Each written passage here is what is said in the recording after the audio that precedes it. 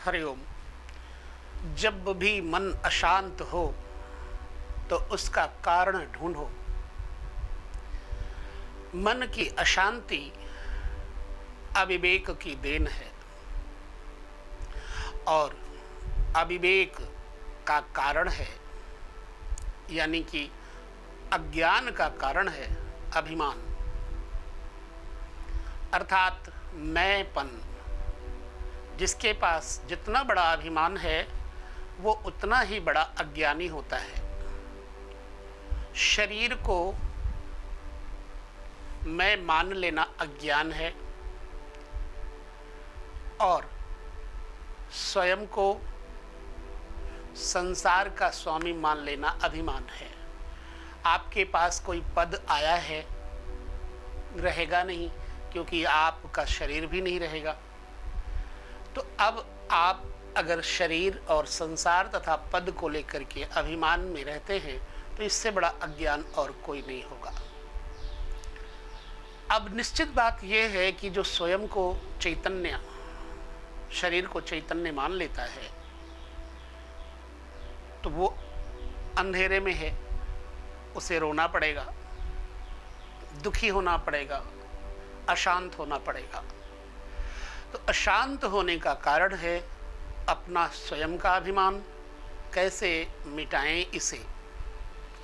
इस अभिमान को मिटाने के लिए, अशांति को मिटाने के लिए हमें जड़ की तलाश करनी पड़ेगी, अमृत जड़ की। सबसे पहले आप स्वयं को खोजने का प्रयास करें। स्वयं की खोज करना प्रारंभ करें। उसके लिए आपको अच्छे गुरु की तलाश करनी पड़ेगी। अच्छा गुरु कैसे मिलेगा? अच्छी तलाश से मिलेगा, अच्छी जिज्ञासा से मिलेगा। जिज्ञासा क्या है? जैसे किसी को दर्द है तो उसे दवाई की जिज्ञासा होगी, जैसे किसी को प्यास है तो उसे पानी की जिज्ञासा होगी। ऐसे कोई अशांत है तो उसे शांति की जिज्ञासा होगी। क्या है उपाय? वर्तमान में भौतिक जगत की सुख सुविधाओं की तरफ लग रही अंधी दौड़ में हर व्यक्ति परेशान है। बूढ़ा हो, बालक हो, जवान हो, स्त्री हो, पुरुष हो, सभी धनवान बनने की प्रबल चेष्टा में हैं और ज्ञान की किसी को खोज नहीं है। इसी के कारण अभिमान और अशांति बढ़ जाती है। जब तक आप मूल शांति का कारण ज्ञान को नहीं प्राप्त कर पाएंगे तब तक आप अशांत रहेंगे। इसके लिए संतों ने, मनीषियों ने यम, नियम, आसन, प्राणायाम, प्रत्याहार, धारणा, ध्यान, समाधि का वर्णन किया है। जितना हम अपने खान पान युक्त जीवन को संयमित रख के चलेंगे उतना ही हमारे अंदर शारीरिक बल, बौद्धिक बल का विकास होगा। जितना ही ज़्यादा हमारा विकास होगा उतना ही हमारे अंदर सबलता, शांति, संतुलन बनता जाएगा। तो इसके लिए अधिकतर प्रयास करें कि गलत सोसाइटी में न बैठे और गलत बातें ना करें, चुगली, निंदा आदि से बचें। पुराण बहुत सुनते हैं, बहुत सुंदर बात है, क्योंकि पुराण श्रवण मानसिक शांति का एक बड़ा अच्छा साधन है। श्रीमद् भगवद गीता का अध्ययन करना सबसे बढ़िया साधन है। जरूरत है आपको सिर्फ इतना जानना कि हमें संसार मिला है कितनी देर के लिए। जैसे कि एक पंथी राही मंजिल तक न पहुंचने से पहले राह चलता है, वैसे ही हमको तब तक इस संसार में रहना है जब तक हमारे कर्मों का पेट्रोल खत्म नहीं हो जाता। पिछले जन्म के कर्म से एक नया दैव तैयार होता है, भाग्य तैयार होता है। पिछले जन्म के कर्म ही हमारे इस जन्म को आगे लेकर चलते हैं। वही कर्म प्रारब्ध बनकर के तैयार हो जाते हैं। प्रारब्ध कर्म, संचित कर्म और क्रियमाण कर्म, 3 प्रकार के कर्म होते हैं। पिछले अरबों खरबों काल से इस जीव की यात्रा चली आ रही है, अपने स्वयं सिद्ध आनंद से टूटा हुआ, यानी परमात्मा से टूटा हुआ यह जीव विमुख हुआ है, और जब से विमुख हुआ है तब से अशांत है।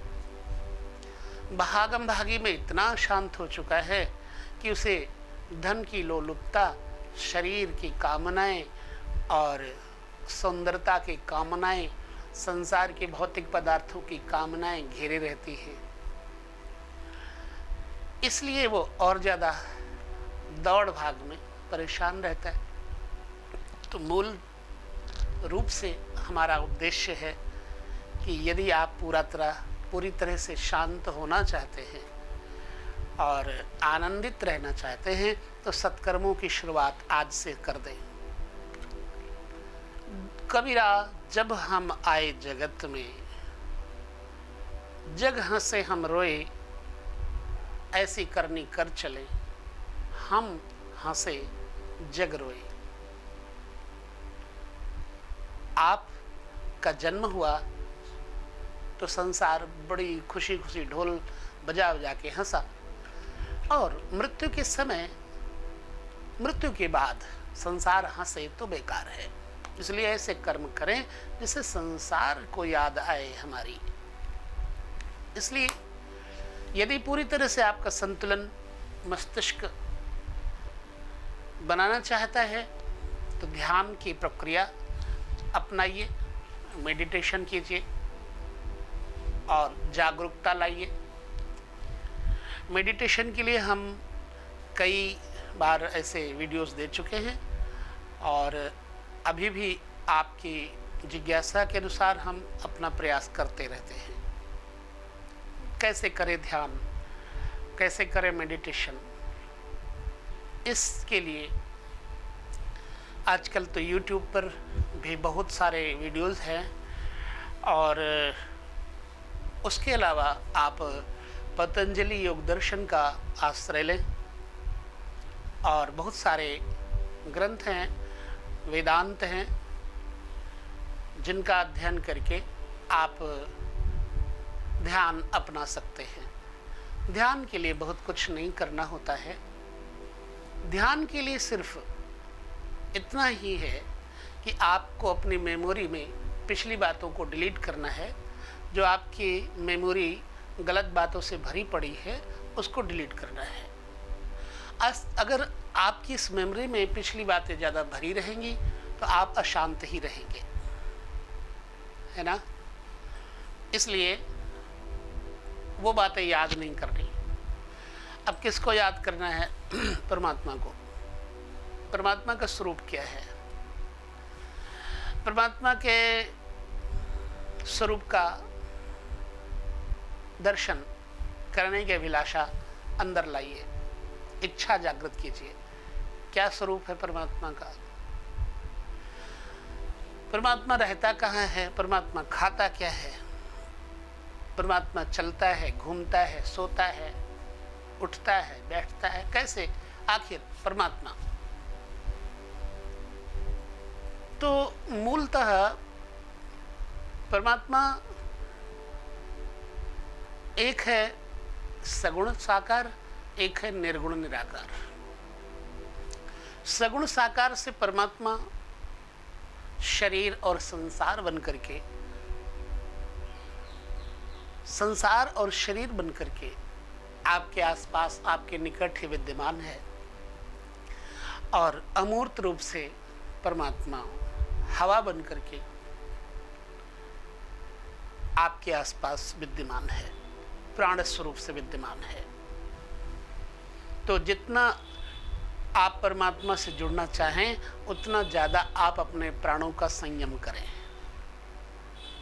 क्योंकि प्राण परमात्मा है। भगवान को कहा गया है प्राण स्वरूप। ओम प्राणाय स्वाहा, ओम अपानाय स्वाहा, ओम व्यानाय स्वाहा, ओम उदानाय स्वाहा, ओम समानाय स्वाहा। तो जितना महापुरुषों की वाणी आप श्रवण करेंगे, जितना अच्छे साधु सद्गुरु के शरण में रहेंगे, उतना ही आपके प्राण संयमित रहेंगे, उतना ही अधिक आपको आंतरिक रस मिलना शुरू हो जाएगा।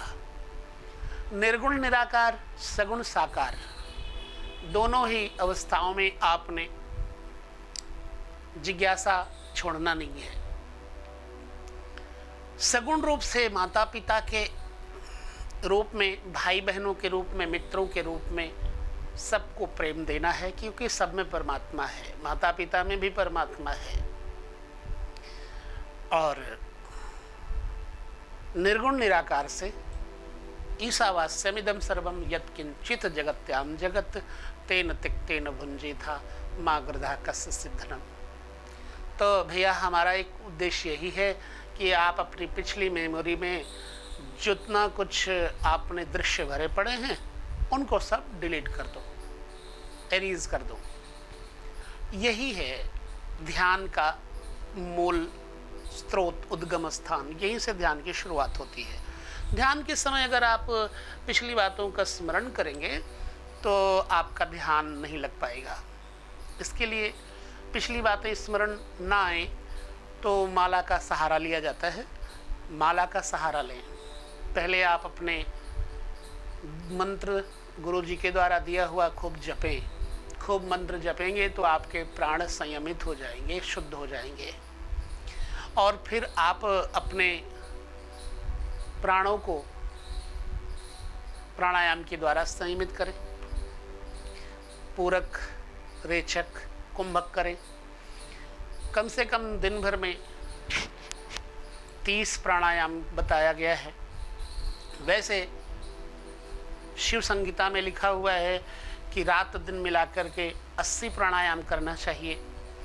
जो 80 प्राणायाम कर लेता है, परमात्मा के साथ उसकी निरंतर स्मृति बनी रहती है, और वो ऐसा व्यक्ति संसार में सब कुछ प्राप्त करके भी कभी भी अहंकारी नहीं बनता। और जब अभिमान नहीं होता तो उतना ही आदमी शांत होगा। तो यही कारण है कि आप प्राणायाम के जरिए परम शांति को प्राप्त कर सकते हैं। लगातार अपने ईश्वर का स्मरण कैसे हो, कानों से उसकी लीला सुने तो स्मरण होगा, और गायन करें जिससे स्मरण होगा, यात्रा करें जिससे स्मरण होगा। बस यही रास्ता है परमात्मा के पास जाने का, और यही रास्ता है परम शांति को प्राप्त करने का। ओम नमो नारायण।